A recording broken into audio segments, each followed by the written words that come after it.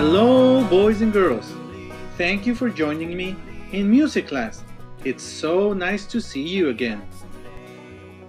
Let's begin our music class.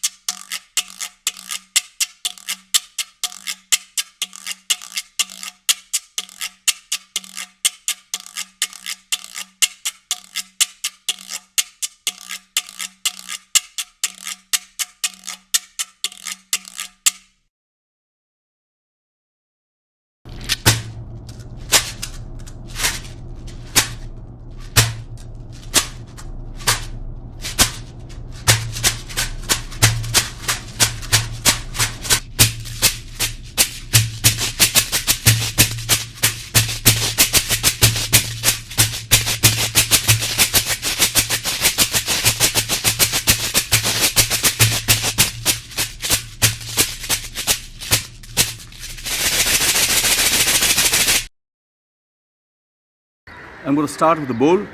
Dhakatata dhagan takradhatuna kradatuna kratakadakratin kratatin kratiti kratitina datuna kradatuna katata datuna katata datuna kada datuna genana datuna kana digitana digitana digitana dakratina digitana digitana digitana dakratina digitana digitana dig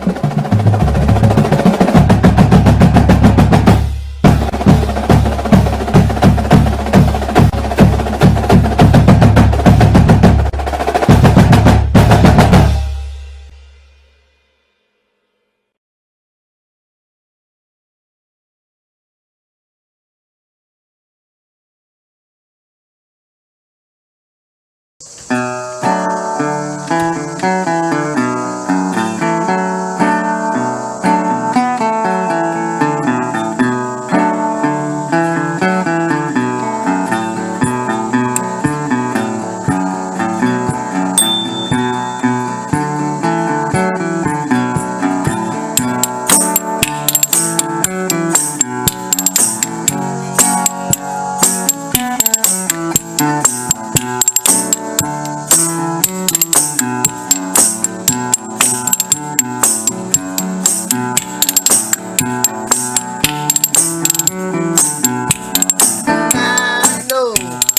know I've been changed. I know I've been changed, Lord, and I know.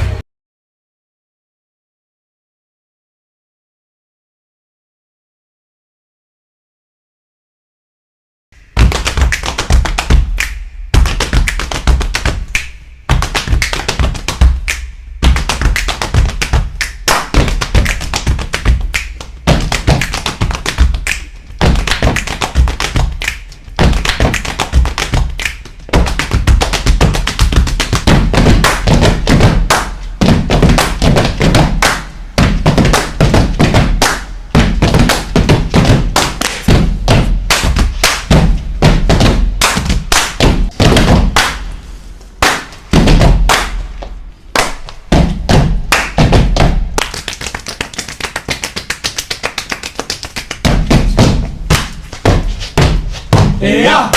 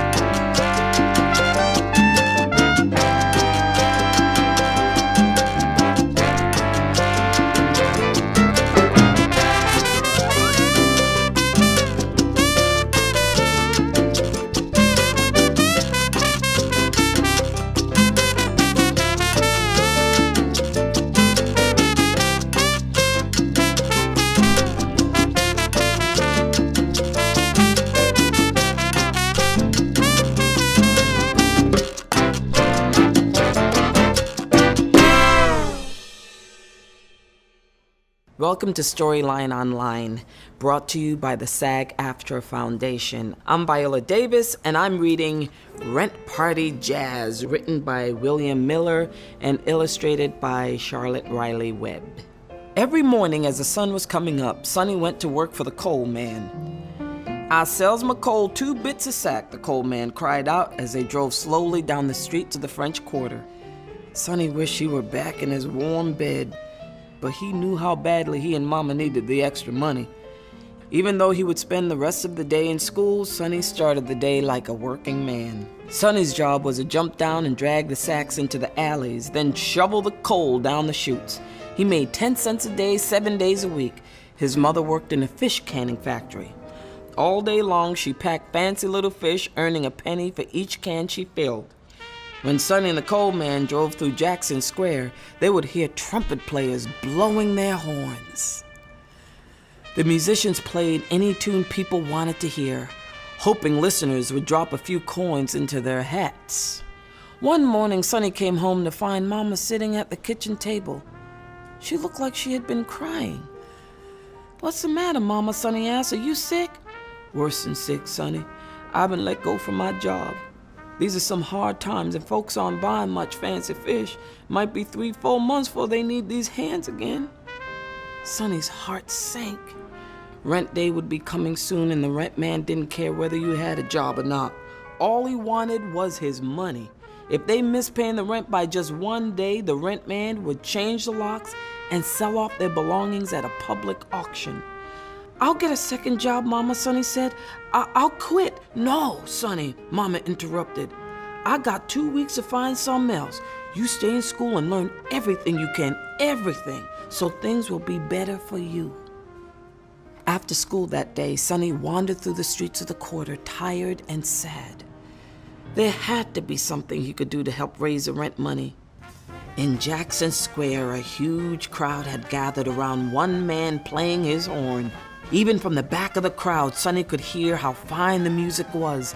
And no wonder the music was so good, so sweet, so clear. Everybody in New Orleans knew about Smilin' Jack.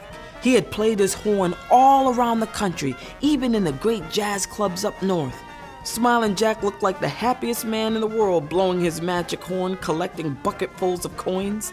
He seemed so happy, Sonny felt even worse about Mama and the rent money. The next day and the next, Sonny found himself back in Jackson Square after school. Smilin' Jack's music was too good to ignore. Sonny always stood toward the front of the crowd, though he still felt too sad and worried to clap or sing along. On the third day, Sonny stayed until the music was over and people began drifting from the square. "Hey, young man, what's your name?" Smilin' Jack asked as he stepped down from the platform. "Sonny Camo, sir." "You need a special tune, Sonny? You looking mighty down. Sure wish I could get those hands clapping." "I love your music, Smilin' Jack," Sonny said, "but a tune won't solve my problems." "Problems? What kind of problems does a boy like you have?" Sonny explained about his mother losing her job, about the rent man who'd put them out on the street if they missed paying the rent. Smilin' Jack suddenly looked serious. "Back in Mississippi, where I come from, they did the same thing to colored folks all the time, but then we found a way to fight back. Pay the rent man, have the world's best party at the same time."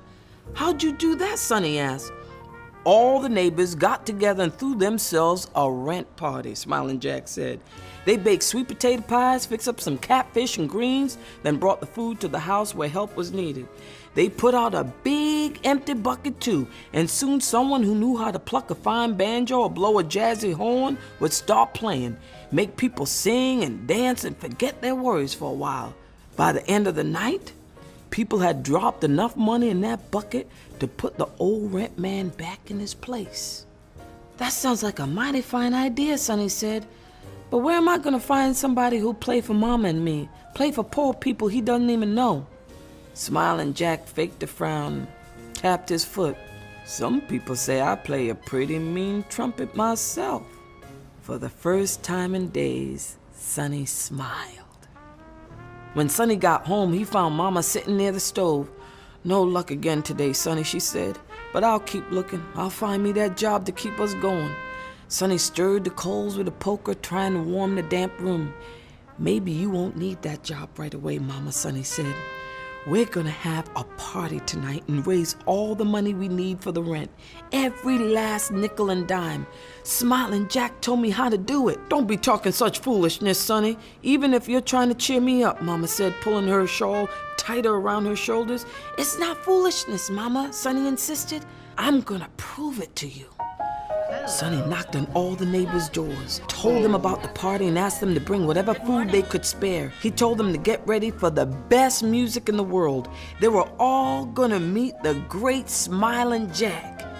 On his way home, Sonny found an empty bucket in an alley. He put it on the floor just inside the doorway and sat down beside Mama to wait. Mama shook her head thinking her poor son had just plain lost his mind. A little while later, Sonny and Mama heard cheering and clapping in the street. Then someone knocked loudly on the door.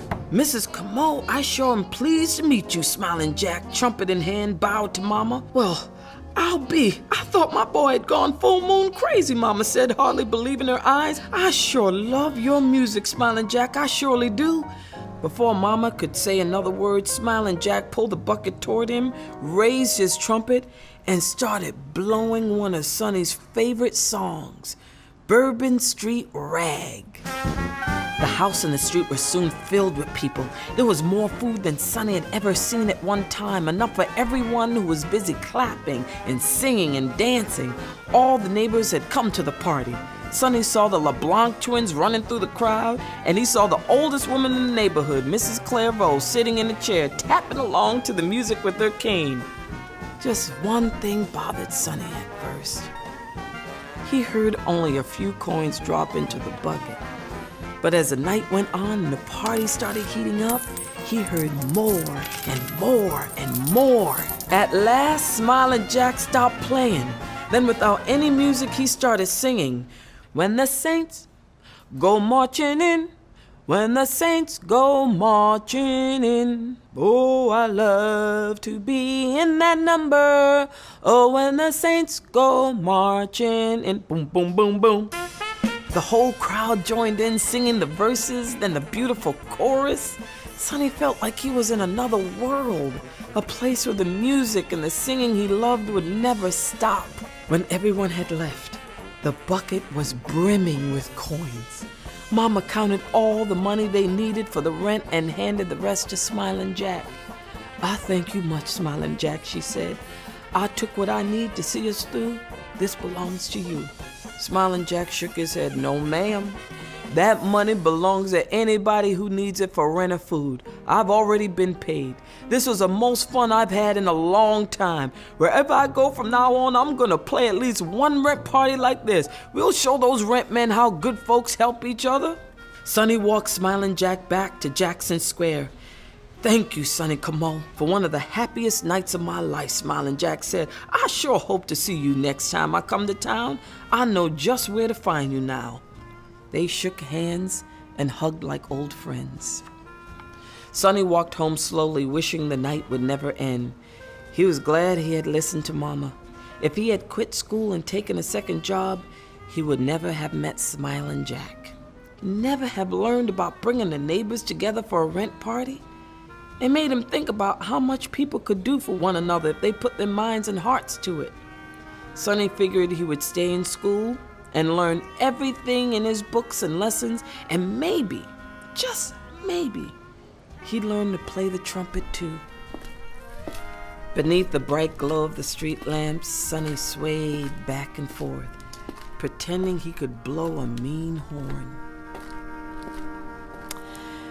I love Rent Party Jazz because African American characters are the focus of the story. It's about jazz and it's about people helping one another. Great message. I grew up in Rhode Island and I could have used a rent party with some jazz music and cornbread. Thank you for watching Storyline Online. Make sure to check out all of our stories. Keep watching and keep reading.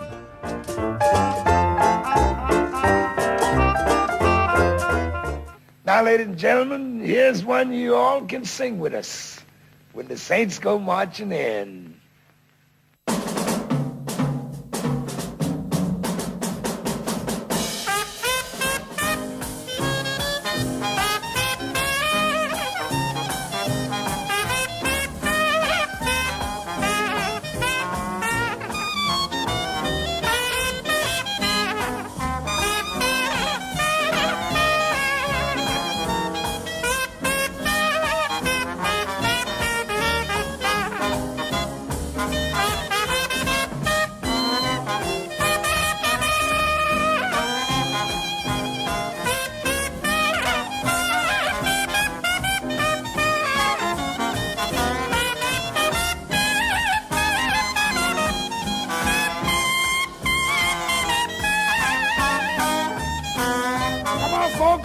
Everybody sing.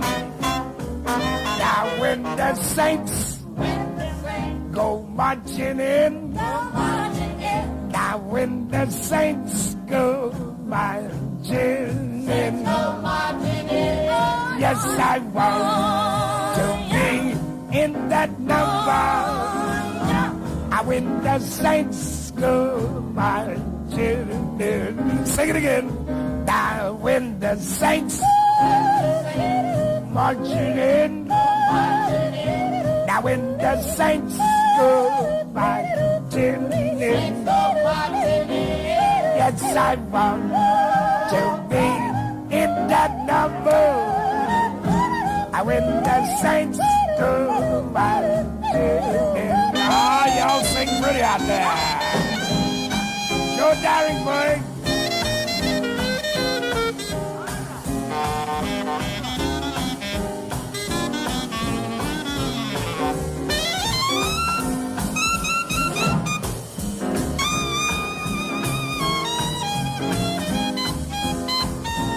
Come young.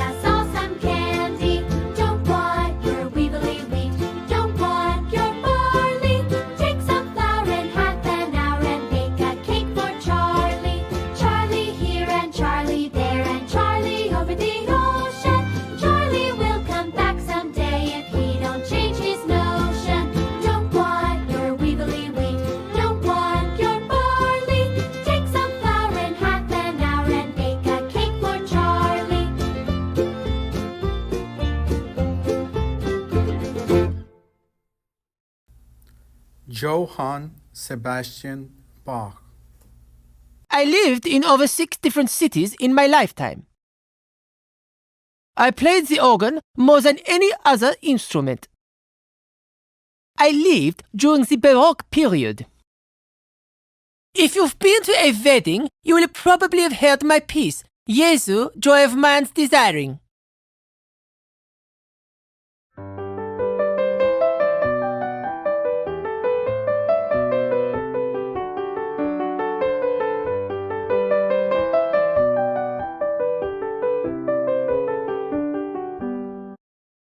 Johann Sebastian Bach, the story of the boy who sang in the streets.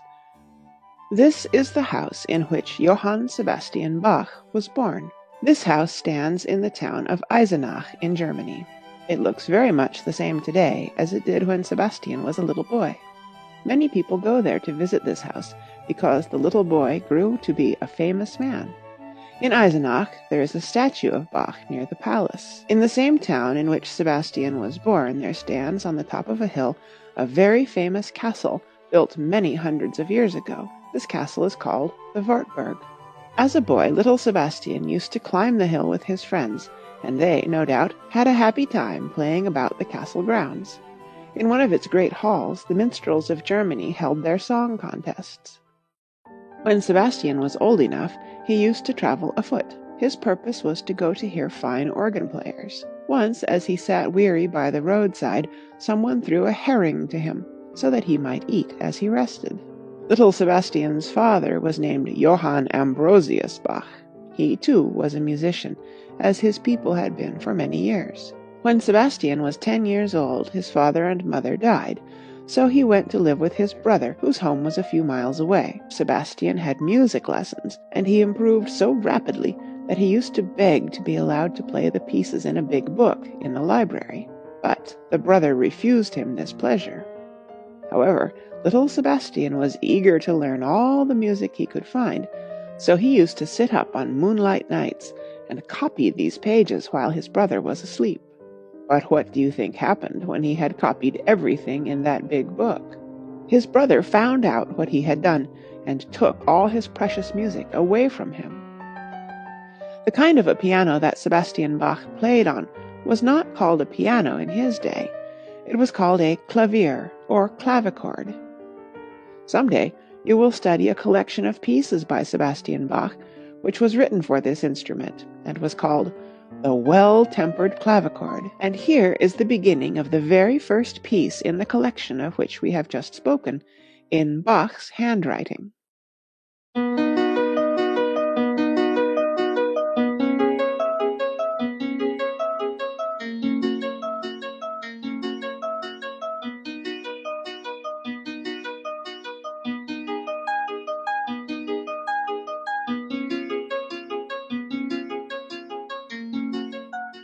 Sebastian Bach had a very large family, 20 children altogether. 2 of them studied music faithfully with their father. One was Friedemann, for whom the father wrote a book called Little Preludes. Friedemann's brother, Philipp Emanuel Bach, was a very fine clavichord player. He wrote a book about music and composed many pieces. Sebastian Bach died in 1750. He was 65 years of age. This is the way Bach wrote his name. And here's a picture of Bach's actual signature.